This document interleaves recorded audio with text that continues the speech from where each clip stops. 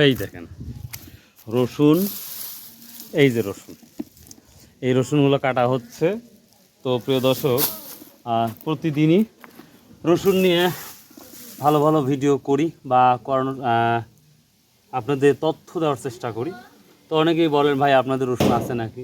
ভাই আমার বোন, আমার বড় ভাইয়ের সব মিলে 5-7 বিঘা জমির রসুন আছে।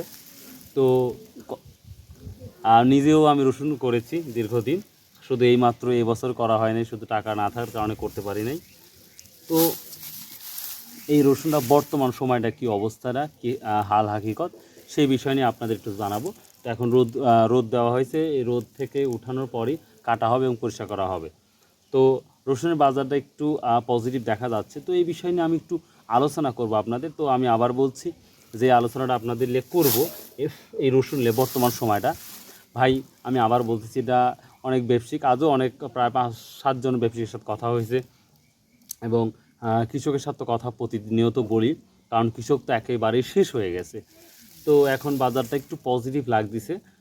তো সেই ক্ষেত্রে বড় বড় ব্যবসায়ীর সাথে কি আলোচনা করছি বা ওনারা কি কথা বলেছে সেটা নিয়ে একটু আলোচনা করব।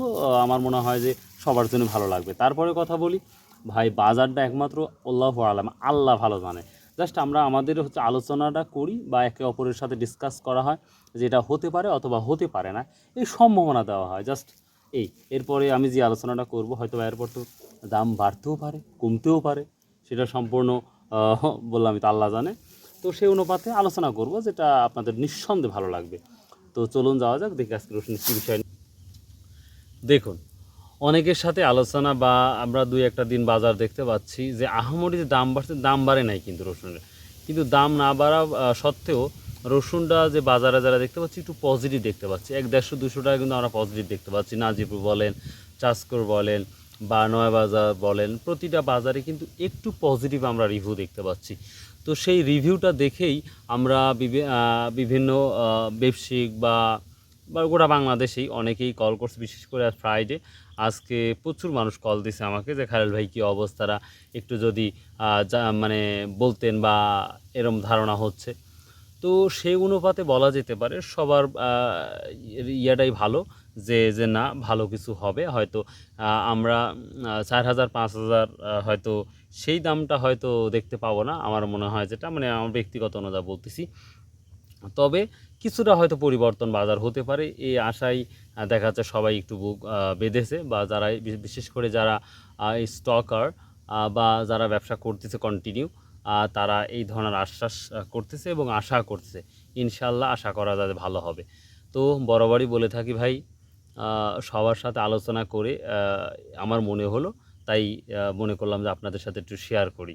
জাস্ট বাগানের মধ্যে আসছি, এটা লিচুর বাগান, খুব সুন্দর পরিবেশে বসেই আলোচনা করতেছি আপনাদের সাথে। তো রসুনের দাম বাড়বে কি বাড়বে না সেটা যদি আপনার সেই সম্পর্কে যদি ন্যূনতম যদি আপনার ধারণা থাকে, তাহলে অবশ্যই নিঃসন্দেহে আপনারা কমেন্ট করে জানাবেন। তাহলে আপনার, আমার আরও 5 জনের ইনশাল্লাহ পজিটিভ হবে। তো আর একটা কথা বলি, ইন্ডিয়ান রসুন কিন্তু বরাবরই দাম যাচ্ছে এখন ভালো। তো ইন্ডিয়া যদি রসুন যাইতে তো নিঃসন্দেহে ভালো, তবে যাওয়ার কোনো ইয়ে নাই।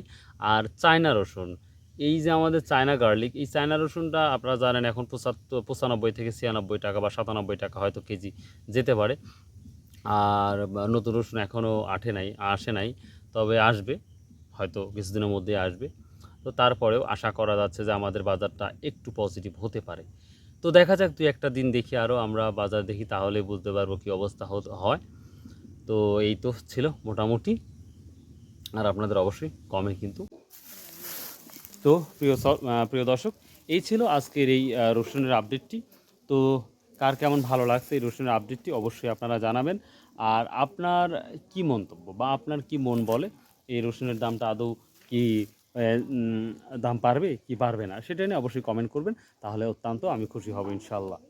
সো ভালো থাকবেন, সুস্থ থাকবেন, ইনশাল্লাহ আবার দেখা হবে কোনো একটি নতুন ভিডিও। আসসালামু আলাইকুম ওয়া রাহমাতুল্লাহ।